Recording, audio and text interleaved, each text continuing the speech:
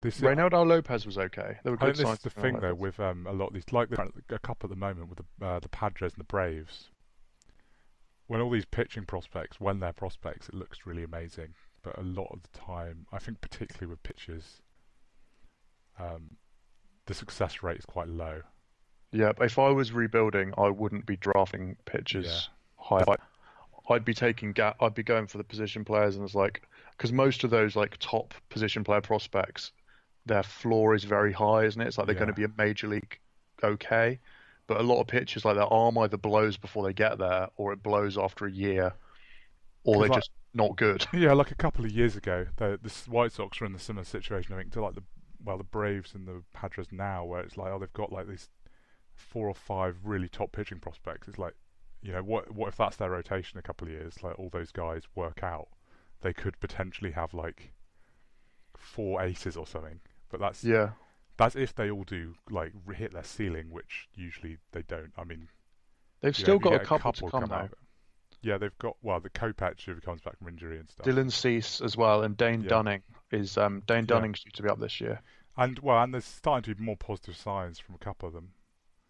Like you say, like Reynaldo Lopez was yeah, better last year. Well, on the others, And like Rodone was okay.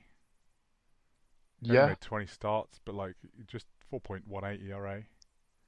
I mean, the strikeout numbers are not actually particularly good for any of Oh them, are God, they? they're dreadful, aren't they? Jesus, that's quite concerning.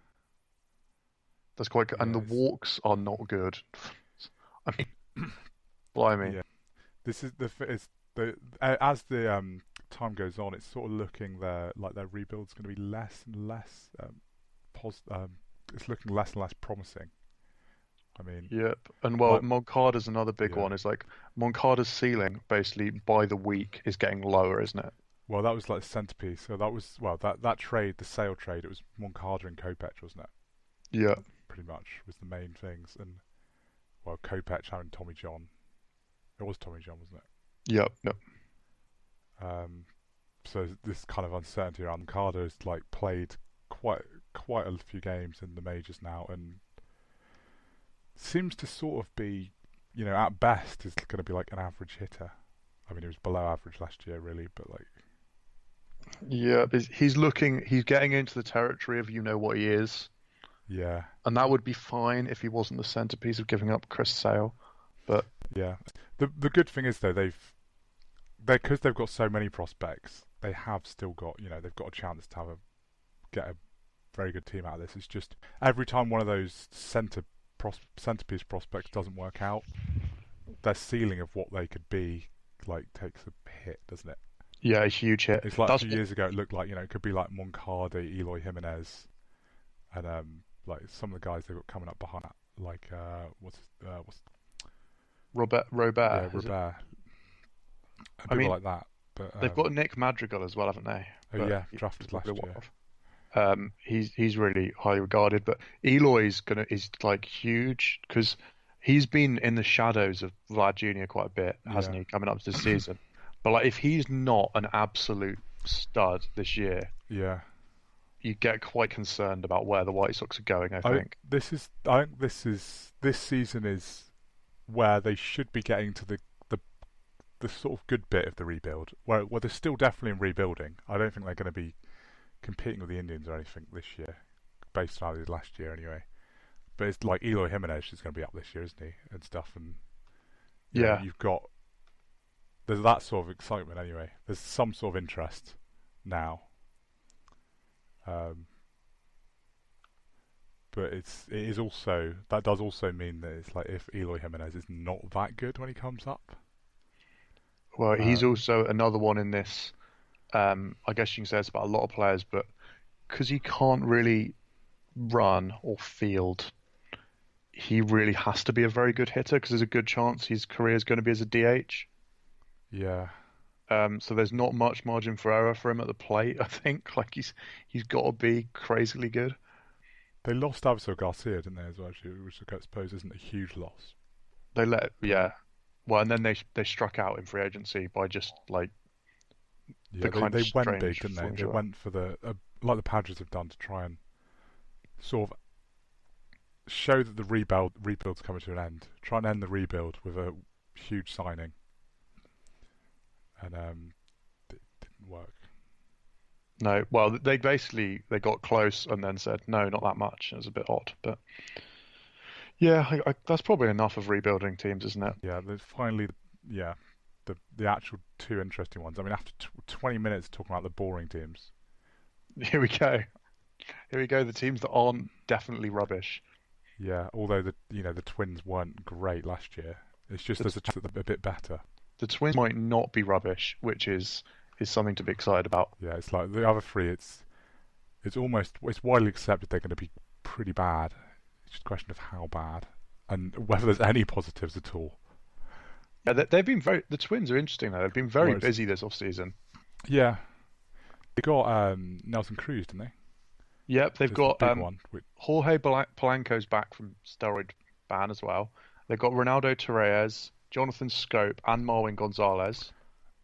Yeah, they're one of these teams. Well, I don't know what I mean by one of these teams, but they so they had a really good season in 2017, didn't they? Like surprised a lot of people. Yeah, with Buxton and Sano basically being like coming up and well, I think they can't before that, but breaking out and basically being this like the best players on the team really. And then took a massive step backwards last year, partly because Sano and Buxton were both absolutely terrible. And ended up in the minors again. Yeah, but there's sort of they've got a chance that for those, well, at least Buxton, I think. I've not really heard much about Sano, but Buxton, it seems like the signs are good that he might not be terrible now. He's been on fire in spring. He basically had always been a really highly rated prospect, only Buxton, and then had that really good season and just completely forgot how to hit last year. But they've if messed he's him back, about a bit, haven't they? Though it makes quite a big difference. I think they've messed him about a bit. They've been moving him up and down when you've got a guy of that. And the same goes for Sano, really. Yeah. This year, definitely, it's like put them on the roster at the start and don't take them off. Like, however, because their future depends almost, not quite entirely, but like we said with the White Sox, their ceiling fluctuates massively depending on how good they are. Give those two, like, over 500 plate appearances in the majors and see what they are. If they're not as good as we thought they were going to be, then okay, that's a problem, but yeah. like you've got to find out at some point. Doing what they're doing isn't going to help. Although so they've got Lucas Duda as a non-roster invitee as well. CJ Cron they claimed off waivers, and they got Nelson Cruz, so they've added quite a lot of. Yeah, I think Cruz is a massive addition. I mean, because he's so old, I feel like he's. I know a lot of people. There's the expectation that he's going to stop being good soon. But he, if they can get 1 or 2 more years out of him, it makes a massive difference. Because I mean, he is still. Well, he's still like one of the best DHs, isn't he, in the league? Yeah, he's still like reasonable to expect like 850 plus OPS from him. Yeah, 850 OPS last. Just slightly below his career 860 OPS. It was almost identical to his career average. Well, not quite almost identical, but very, very close to his career average. Last year was. So it's sort of he's kind of not really binding much so far at 37 years old. I'm liking that. I'm looking at their projected lineup. They've got Polanco, Marwin, Eddie Rosario, Nelson Cruz, Sano, Cron, Scope, catcher Byron Buxton. I'm liking that. It's one of those that's got a lot of depth, hasn't it? Yeah, there's not really a hole. Well, unless Buxton is bad, I suppose. But but you feel like they've also got upside. They've got the upside of like Sano, because I mean, well, with Sano and Buxton after 2017, it kind of felt like they could get even better, maybe. Yeah, I mean, they looked like they were going to be sort of the future of the franchise, didn't they? I mean, how good was Sano? He was an all-star. Yeah, that's pretty damn good, that. 507 slugging, 352 on base percentage. That'll work. I mean, yeah, like he's got like he's definitely got potential to have like 40 home run years, hasn't he? So if he plays a full season, Yeah, him and Nelson Cruz together could be pretty scary down the middle of the order. It's a lot yeah. of pop in the middle of that order now. Well, and if Buxton get back to being good, that's a lot of speed on the bases as well. It's like those are I mean, the things that in individual games like makes huge impact. The rotation's Stealing a bit bases and home runs. the rotation's a bit meh, isn't it? Yeah. Jose The other thing Berrios. with Berrios was he wasn't as good, was he, last year? I don't think. No, and they've got there's not a lot of upside there, is there, really? No. Oh no, he was about the same last year actually, and pitched a lot more innings. All right, maybe there was just a lot of hype in 2017. But he's the one that you think could be like a lot better than we might expect. Other than that, is like Odorizzi, Kyle Yeah. Gibson. You sort of know what they're going to be, don't you? Like mid fours. Yeah, you feel like there's not there's you know what the floor is. It feels like almost the rotation, Well, I think but it's my whole also thing with them was basically they've got quite a lot of high floor guys away from the Buxton Snow stuff, and it's like those two are going to be the difference makers. Is like if they're yeah, anywhere near what they were before, or anywhere near what we think their potential might be, I think they can really push the Indians. yeah. Because the Indians are so thin in their lineup. The other thing as well though is it's not for this year necessarily, but it's even they've got young guys like Buxton Snow are talking about that hopefully will get back to being good again. But behind that, probably not going to make an impact this year, but like maybe the year after. They've also got some really good prospects. Yep. They got Royce Lewis, who was the #1 pick in whichever year it was, the year before last, 2017. Yeah, and Alex Krylov, who's also is he a top 10 prospect pipeline? Yep. He's number 9 at the moment. So That's something pretty so we've got snazzy. two top 10 prospects there, position player prospects. So it's sort of they're on a very strong situation despite like the down year last year. It's sort of a weird pattern though, isn't it? You'd feel like teams don't usually do this much, where they've had like the really strong farm system with their Buxton, Sano and stuff going through, and now they've got these guys behind them.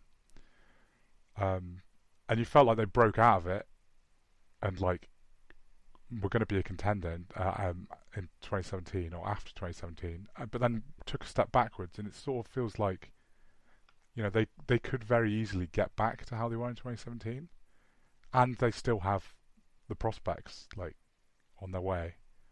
Yeah, like well, they kind of set up for a very long time, but it does sort of depend like how good a lot of these guys that are currently in the majors actually are. they also just tied down Max Kepler and Jorge Polanco, didn't they? On those Yeah, what could be very, very team-friendly deals. So yeah, how they perform is going to be quite significant. yeah. But they could end up having like a very deep lineup. And I mean, well, I think in any other division they wouldn't necessarily be competing. I mean, particularly in League. Don't think in any other American League division they'd be in the conversation really. But the Indians, as we know, sort of had a strange off-season, haven't they?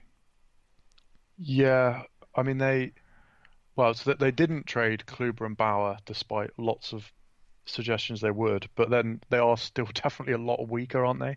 Yeah, I they've mean, like purposely made themselves weaker, but are still definitely the favourites, which is sort of weird. You don't see that very often where they've. I mean, they didn't have to like make themselves worse, did they? no. So they've With got Brantley lost. They lost Brantley to free agency, didn't they? And Cody Allen and Miller, and then they traded away Encarnacion. yeah, It's just I don't like their lineup right now at all. I mean, that's No. kind of obvious, just a bit too obvious to say, but it's literally like if Ramirez and Lindor are anything less